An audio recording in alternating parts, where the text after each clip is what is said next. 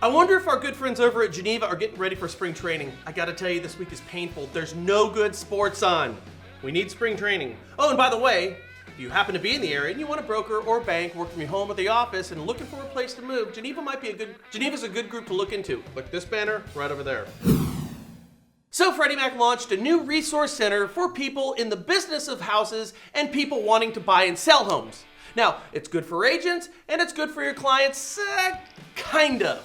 First, the site can be painfully slow, and clicking through often just sends you to other sites with other resources that could be difficult for a consumer who's trying to maneuver and simply find information about buying a house. And also, it appears that some of their information is misleading. Let me give you an example.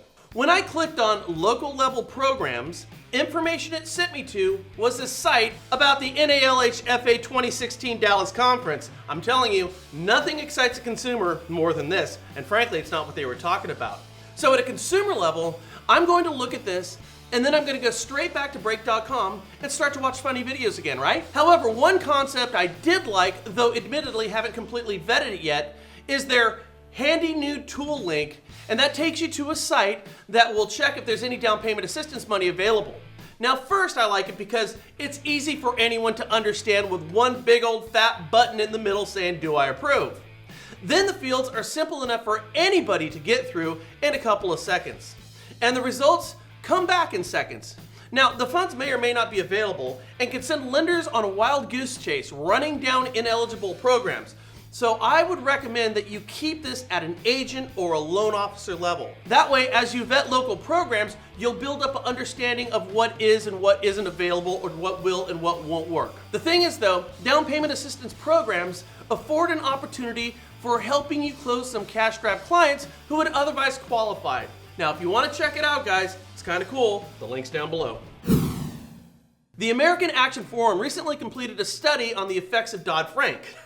And what they found is that Dodd-Frank reform has led to a whopping 14.5% drop in consumer revolving credit since 2010. They claim Dodd-Frank's $30 billion in financial regulatory costs and 72 million hours of paperwork must be borne by someone and will likely have effects throughout the economy. What's the reason? Small banks, which may be less equipped than other of the big two failed banks out there to comply with the increased regulation and compliance costs. Have you heard this one before? I think you have. Further, the data from the Federal Deposit Insurance Company, the FDIC, shows that there was a 20.5% drop in banks with less than $1 million in assets since Dodd-Frank became law. Think about that, guys. 25% of the banks falling off the map, and we spoke about this, with nobody to replace them. Because $1 billion in assets, that's a lot of banks that's crippling our economy. So the findings are Dodd-Frank disproportionately hurts small banks who are small businesses that lead to less credit availability, and that's not good. Seriously, on this graph, take a look at the double diamond ski slope right around 2010. That's when Dodd-Frank came around, and that's when we started to see credit tighten. Then check this out. We had a little recovery. Then in June 2011, the CFPB was formed. Now, it took them about a year to get going, but halfway through 2012, check it out, bang! Another double diamond ski slope straight down on credit availability. So, it's pretty obvious, but let's do it. What's the conclusion? Very simple, guys. The greater the access to credit and other financial products, the more opportunities for consumers and the more prosperous that economy is.